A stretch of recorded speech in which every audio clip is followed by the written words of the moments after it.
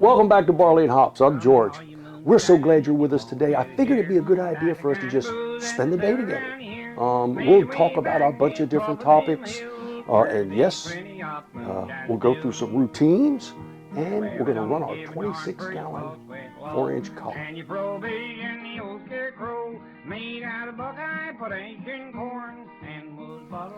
Yes, okay. We're on to it now.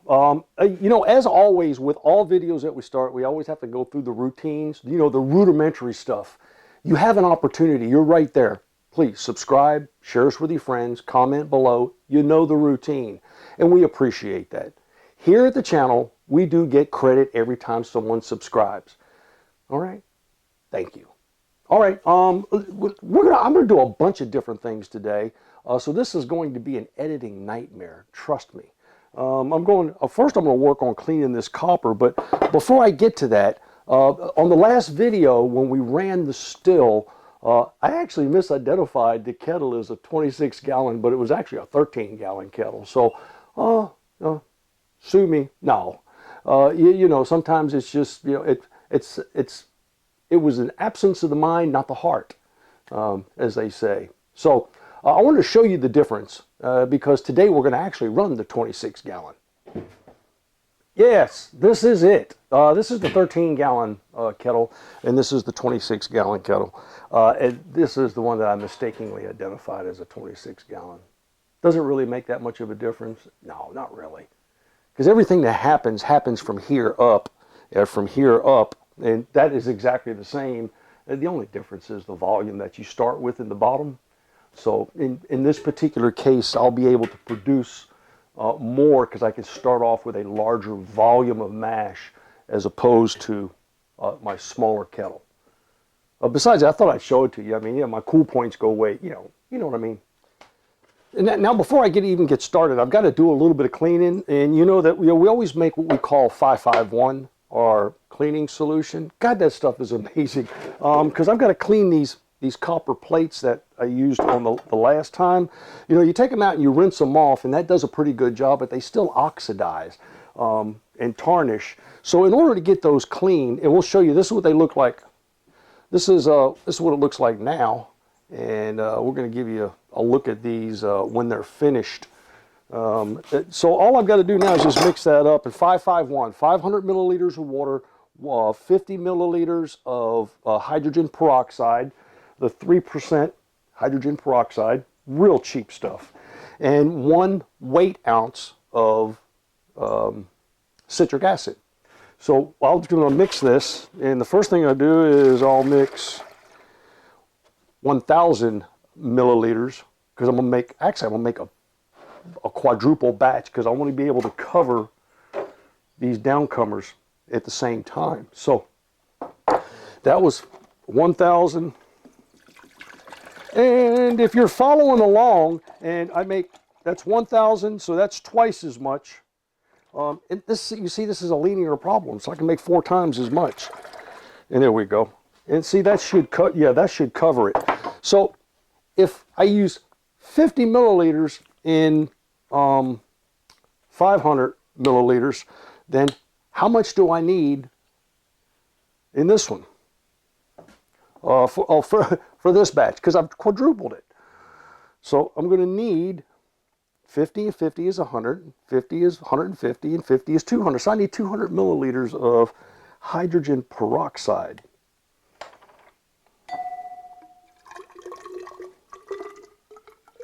Now, this is not as much as of an exacting science. These are, of course, rough figures. If you put in an extra 20 or 30 milliliters of hydrogen peroxide, you're not going to hurt anything. But you need that hydrogen peroxide because of that reaction that it has with the copper, and then the citric acid, which is key. There we go. 200. And now, all I've got to do is find myself a little, there we go. And we needed 1 ounce, and so now we need 4 ounces. So I'm going to put in 4 ounces of citric acid. Now I get the citric acid at your canning aisle, you know, in the grocery store where You've got all those mason jars and lids and stuff like that.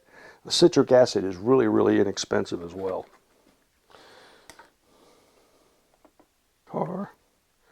And I got to set this thing to ounces.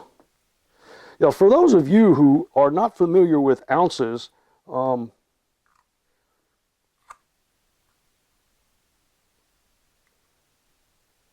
then please just use Google and convert it. That's what I normally do whenever I'm doing the videos. I'll ask, you know who. Alexa. And also that was one. Oh, I can just do this by volume now because I know what is in there. 2, 3, and 4. So, and that was 4 ounces of citric acid. So now I've got my mixture made. The only thing left to do is to just kind of mix it up.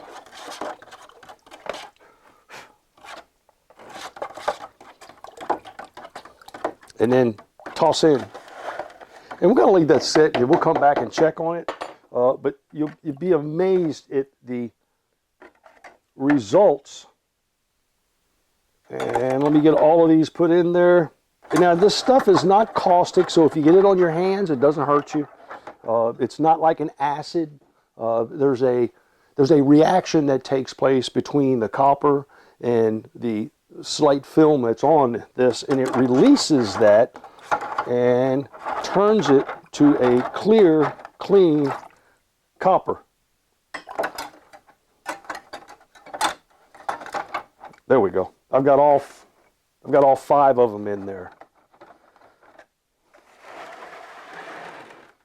And I'm going to leave that set aside.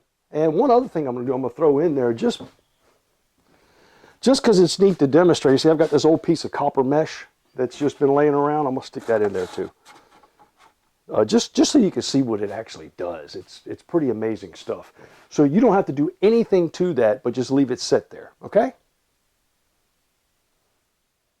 Oh yeah, one of my other adaptations, I put this on a base with 2-inch high capacity rollers so I can move it around. That really comes in handy. And I used a double base for strength. That really comes in handy when you fill that up because it's extremely heavy. That way I can roll it around the shop where I need it. Because you know as well as I do that once you get it set, if you don't have it on something that moves, it's there. A couple of other things that I need to do though, see, I need to take into consideration, since I have a larger volume to run, that means that my run time is going to be extended. And the reason the time is extended is because the volume that I'm going to run. And normally, if you're going to run like an 8-gallon still, you know, one of the small, those are pretty much standard, and they're really, really good for everyone to use. You should be running that probably around anywhere between 4.5 to 5 hours. And that is, you know, turn on and then, okay, I'm at the end of this, shut down. If you're running it any longer than that, a couple of things come to mind. One is you're probably running it a little bit too slow, but if you're running it any quicker than 4.5 hours, then you're probably running it quite a bit too fast. And we all know that tails can show up anytime during a run. And how does that happen? Well, if you've got more energy going into your still than you're able to remove, and you're running it too hot, then what you're doing is you're forcing tails to go through that vapor stream instead of allowing your vapor stream to just naturally rise off of the volume, off of your liquid, and then transfer through the column. So just keep that in mind. And of course, when you get down to the end of your run, you're going to have to turn the heat up just a little bit because it takes more energy to make that separation. And that's when you have a tendency to start drawing tails. So that's a good time to look out for that. So what we're going to do today is, see, normally for that 8-gallon still, I would have a cooler set here with a 5,000 BTU air conditioner unit that I have fashioned into a water chiller. The challenge with that is when you come to a volume of that large, and to run it for that length of time, is that I wind up heating my water faster than I can actually cool it. because it overtakes the chilling capacity of that evaporator coil. So it becomes a useless piece of equipment. So I had to come up with another solution. A couple of different things I could do. One, I could pull the 90 cord out and then start filling that with ice and run that, but can you imagine the amount of ice I'd have to go through? Or I could just run it straight off the garden hose, but I'm going to be running this for quite a while, probably about a good 6 hours. So that's quite a bit of water. I have a solution. I just happen to have, and not everybody has this available, but the solution I came up with was this 18,000 gallon pool I got in the backyard. Right now, the water temperature at the bottom of that pool is a real blistery 68 degrees. So I'm going to use that. I'm going to drop this pump, this submergible pump, into the bottom of that pool, and then I'm going to pump it out, because it's only about 75 feet away from the shop, and I'm going to pump that water out all the way into the shop. And then when I get it to the shop, I've got this booster pump that I'm going to pump it into, and then this is not actually the booster pump I want to use. I'm going to use the one I used the other day. And where did I put that? Whoops. Let me find that, because this is not the one I wanted to use.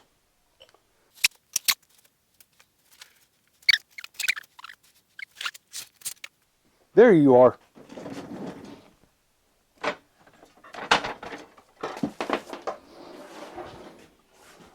Ha! Gotcha. This is that Blickman pump that I talked to you about on the other video. This is really neat. And I got this from Mike down in Florida. So I'm going to use this as a booster pump. So what will happen is I'll pump that water into the inlet, and I'll boost the flow rate, because I'm able to control the flow rate with this valve. And of course, I've got a valve on the deflagmator, so I can control the deflagmator water flow, and the other one is just the condenser. I'll run that constant. So I'll run it in, and then run it from this pump into this pump, and then out from this side of the pump into the still, and then my exit port, which I'll put together, and I'll run that all the way back to the pool so that I can circulate warm water back into the pool. So that's my solution for today. Now, one additional thing that I'll be using is, since I've got two 240 volt elements in that kettle, and I've got one 5500 watt, and I think I'm going to switch out the other one to a 3500 watt element, because I don't really need that much energy. We'll go through that on the board in a minute.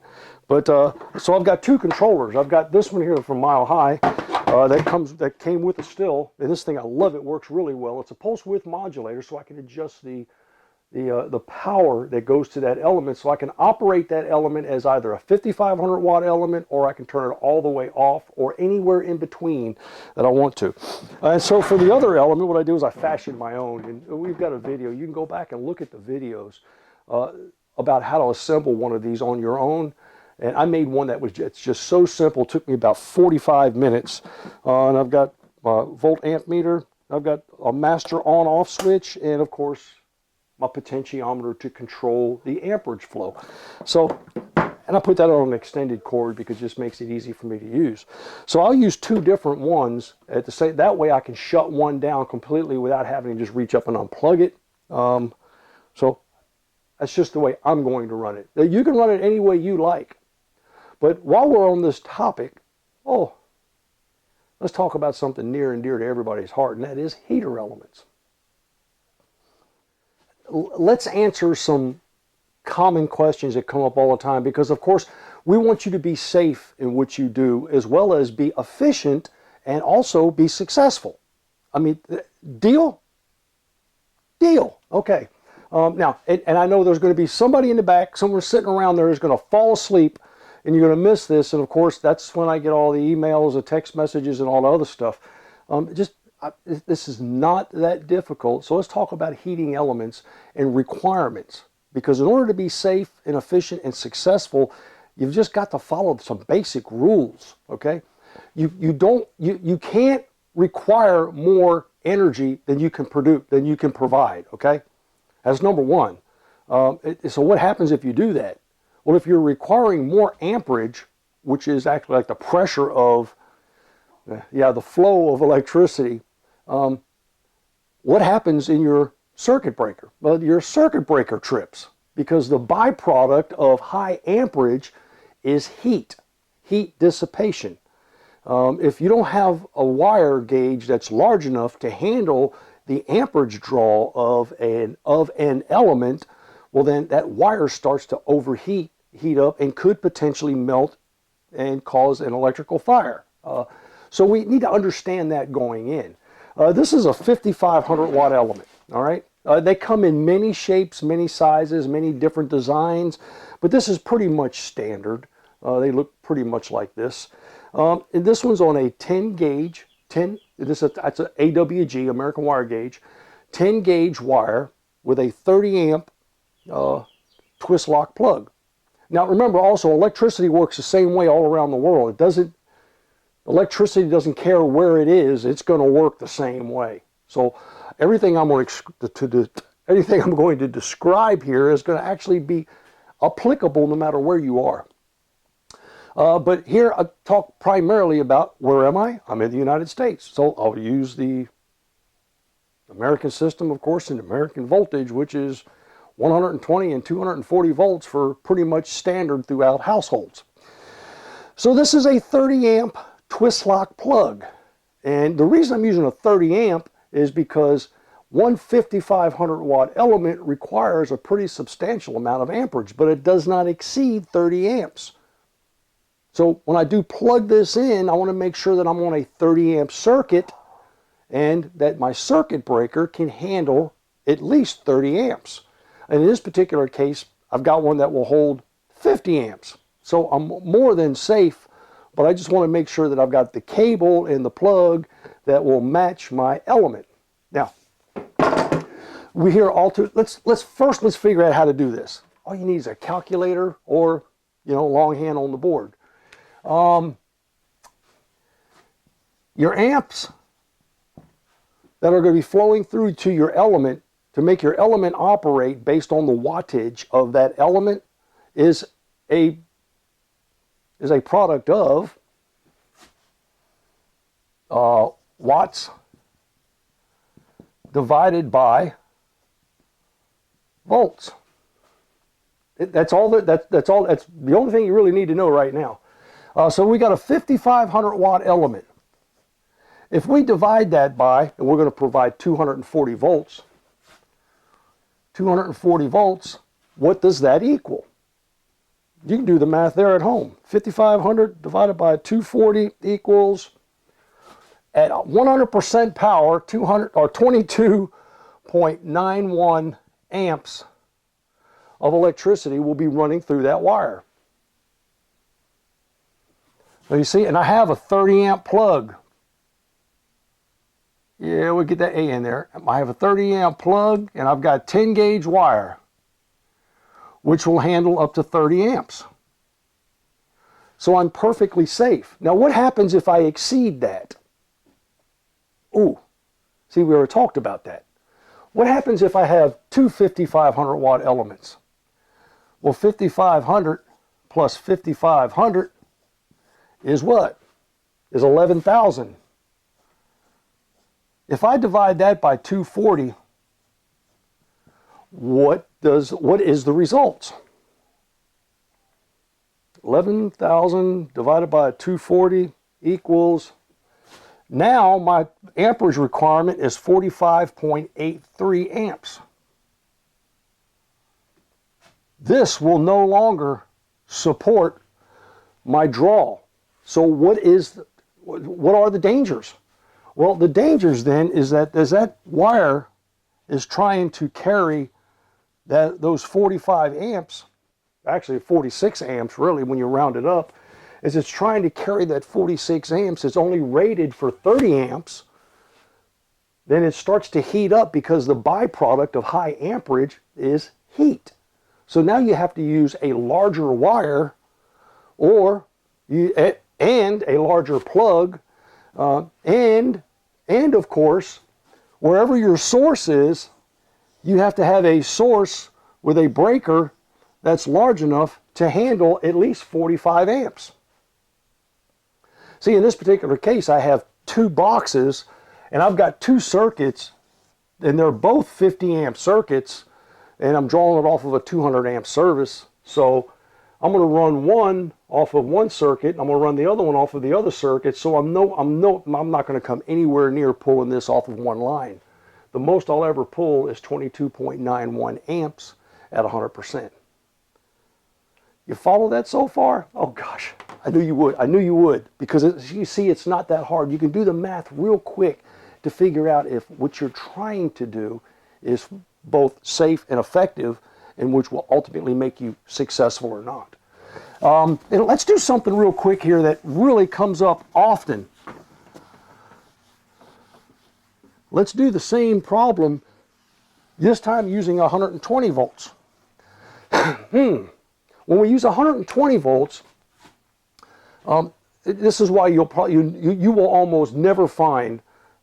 Now I'm not going to say never, because I have found 5,000 watt elements that are rated at 120 volts, which are so uncommon. You can buy just about anything out of China. But as a standard in the United States, you will not find an element larger than about 2,000 watts. And why is that? Well, because your standard current in your households, in your garage, in your shop, at the shed, your standard American voltage is 120 volts at 60 hertz. And remember, hertz is nothing more than a timing. We're just going to erase this, because that's more of a timing function. You know, how many cycles per second. So you got 120 volts. And that's normally restricted to a 20 amp circuit. And that's what you'll routinely find throughout most of your households. Now, there are some households, and it depends on the age, there are some that are 15 amp.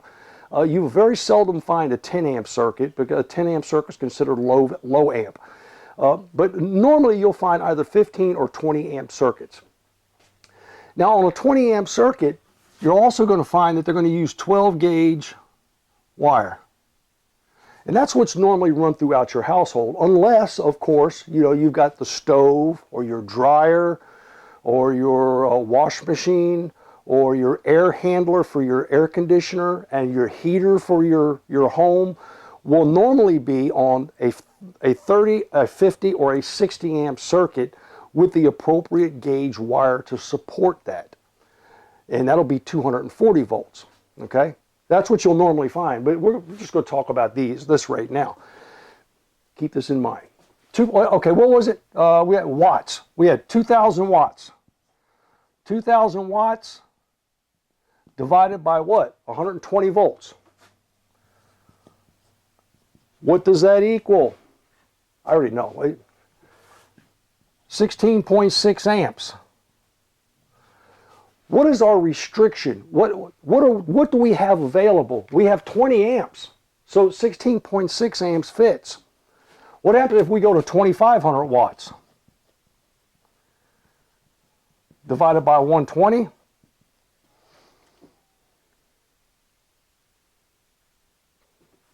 Equals 20.83 amps. We have now exceeded our 20 amp circuit, so all we'll do is we'll just continue to blow a fuse. We'll just continue to blow a fuse. You see, that's why you'll normally always find, you normally won't find a 120 volt element that's in excess of 2,000 watts.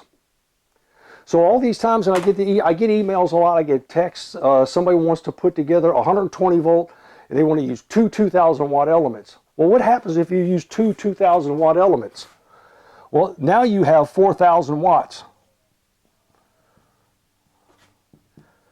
Divided by 120 equals what? Divided by 120 equals 33.333 amps. Far exceeds your 20 amp circuits. We don't have circuits available in excess of 20 amps within a standard household. Now, you may find some in some industrial applications, but again, remember, they are wired for that purpose, And they're rated at that purpose because they have fuses for that purpose or circuit breakers. But for our purposes, that's why we're restricted to one 2,000 watt element. Now, one 2,000 watt element is plenty. It's plenty for an 8-gallon still. Anywhere between 8 and 10 gallons.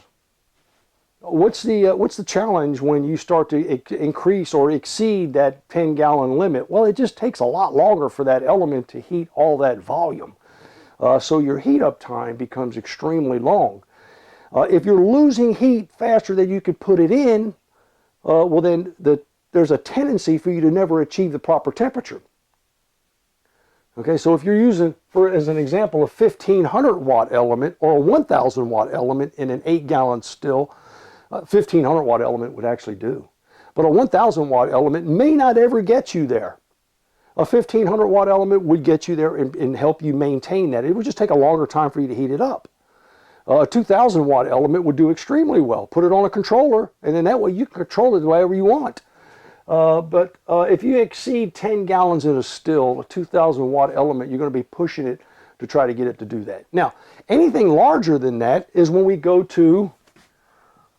skip that and we go to the 240 volt circuit, which runs the washer, the dryer, the stove, your air handler, your heating unit. And if you can branch off of your circuit breaker, your box, if you can branch off another circuit with the appropriate circuit breaker and the appropriate size wire, you can run a separate circuit on 240 volts. And then you can start using things like a 3,500 watt, a 5,500 watt, a combination of those. So, and again, just do the math if you're curious about what your amperage requirement would be. And they start making the 240 volt elements at about the 2,500 watt level. Oh, by the way, while we're here, okay, so 35 and 55, we might as well do that. If I was going to run those together on one circuit, what would that be? It would have to be a 240 volt circuit because we know what the requirement is for anything larger than 2,500 watts. It's going to be 240 volts. If we have 5,500 plus 3,500, that equals 9,000 watts. Better known as 9 kilowatts. That'd be a 9 kW. Divided by 240,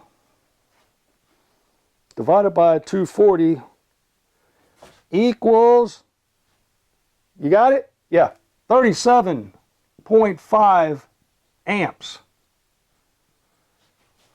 You see, we're back at the beginning. Now we got, and with these two in combination, you can run up to, oh gosh, you can run up to a 30-gallon still with that easily, without any worries. Okay. And also without any extended heat up time. And you can maintain that temperature as long as you've got a controller on it. So that's it in a nutshell. And I know I hate to bore you with all the whiteboard stuff, but when you lay it out like this and you start to discuss it and you explain why things are the way they are, well then it just, all of a sudden, it makes sense is why do they stop producing 120 volt elements at 2,000 watts? Well, it's because it would exceed our 20 amp restriction. It's just that simple. Okay? Well, now that we've been through all of that, we're now back. It's been about 45 minutes. And see, you can see how that liquid in there is starting to turn a darkish green hue or blue. And if you can recall what our bubble plates, perforated bubble plates looked like going in, all we've done is allowed those to soak, and you'll see how clean they are now. And one of the other things I put in there was this copper mesh. And this copper mesh has been rejuvenated, and again, it's just simply allowing it to soak in that 551 cleaning solution. And again, this stuff is not caustic, so you know it won't hurt your skin or anything like that. but it does a really good job of cleaning copper. It'll clean a whole lot of stuff. Gosh, it'll clean stainless steel. It'll clean just about anything. Now, well, we've just about come to an end for today, and I'm just going to wipe off all of these and set them aside because I've got some column cleaning to do. Then I've got some assembly to do, and then of course I've got to work on the water source and make sure I don't have any leaks in that, and then we're bound and set to do some distilling. But we've still got a whole lot to talk about. So until next time, happy distilling.